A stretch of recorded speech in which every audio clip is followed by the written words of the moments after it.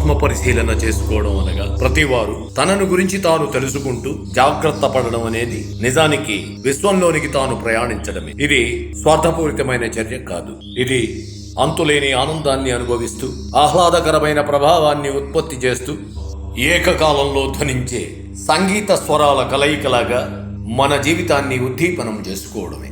వారి యొక్క అంతర్దృష్టి, నిబద్ధత మరియు తెలివితేటలు వారి భౌతిక జీవన ప్రయాణంలో ఆనందించడానికి మార్గం సుగమం చేస్తాయి. ప్రతి వారు కనే కలలలో మరియు మనస్సులలో ఏర్పడే చెడు చర్యలకు ఒక కారణం ఉంటుంది. ఆ కారణమే మనసుకు ఆహారమై ఉంది. స్వచ్ఛమైన మనస్సు నుంచి స్వచ్ఛమైన పనులు పుట్టుకొస్తాయి.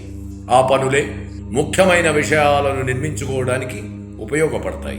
దీనినే ప్రశాంతమైన, సంతృప్తికరమైన పరిస్థితి అని చెప్పగలం. కనుక మనస్సులోనికి చెడు ఆలోచనలు రానివ్వక శుద్ధిగా ఉంచడమే